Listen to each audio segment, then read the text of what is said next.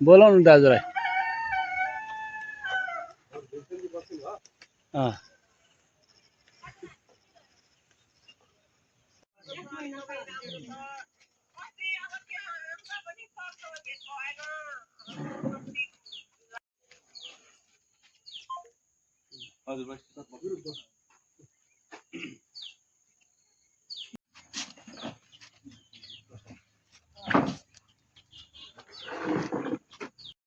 उमेरले सबभन्दा सिनियर भनेकोमा उता गरौँ भनेर अनि यो अब हजुर मार्फत चाहिँ हाम्रो हामीलाई पढाउने कमला स्कुलमा स्पेसल्ली सबै गुरु गुरुआमाहरूलाई सम्झेर आशीर्वाद दिने एउटा कार्यक्रम हो यो हाम्रो। यो आशीर्वाद चाहिँ हामी मार्फत हाम्रो कम्तीमा हाम्रो ब्याजको सबैलाई 52 सालको ब्याज उभिएरै दिउँ अनौपचारिक ठिकै छ। दीर्घ जीवनको कामना कहिले सुस्वास्थ्य सुस्वस्थ र उत्तरोत्तर प्रगति। यो के हुन्छ भने जी रहेको घी पिए भन्ने एउटा छ नि हिन्दीको उखान। अनि अर्को शरीर माध्यम फल गर्न साधन। अरू कर्तव्यहरू सबै गर्ने भनेको शरीर राम्रो भयो त्यसैले सुस्वस्थ सधैँभरि सुस्वस्थ रहिरहनुपर्छ। त्यसैको चाहिँ बेसी कामना गर्नुपर्छ। अहिलेको समयमा स्वास्थ्यलाई त्यति साह्रो ख्याल गर्दैनन्। रङ रौस र रमाइलोतिर मात्रै दौडिन्छन् तर त्यस्तो चाहिँ होइन रहेछ।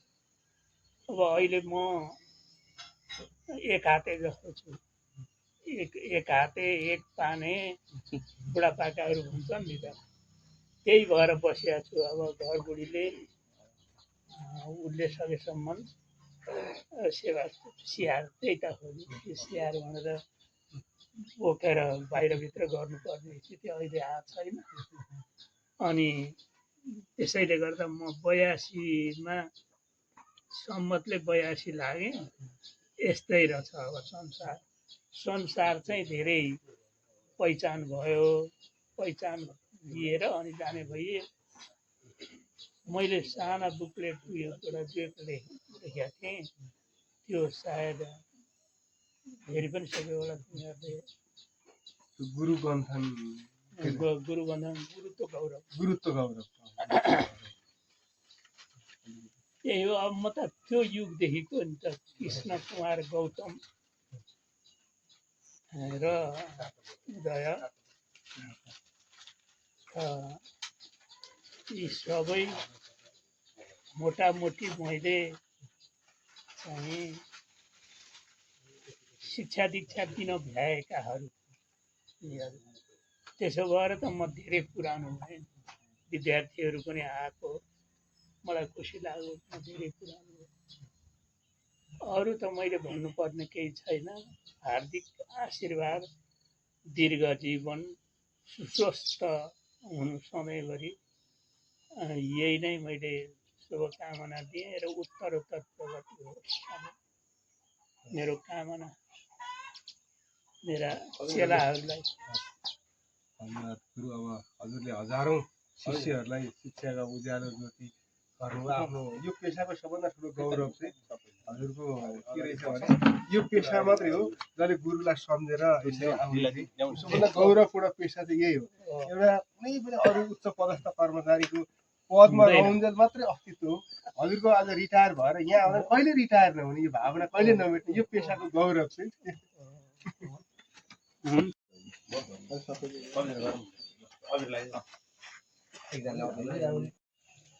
सबै यो साइड बस्नु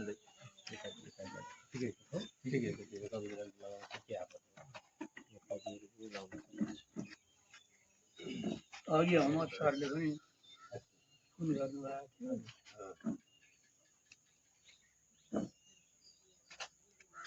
थियो। सबैले पाउन सक्नु टिका लाग्नु अब गुरुले हामीलाई लाग्नुहुन्छ। गुरुले चाहिँ हामीलाई लाग्नुहुन्छ।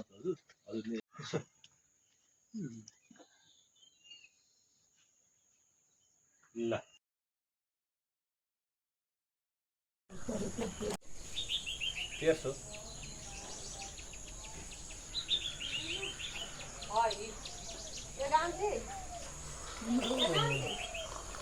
तिम्रो नै दाई हो कि बाबुराम दाईको छोरो?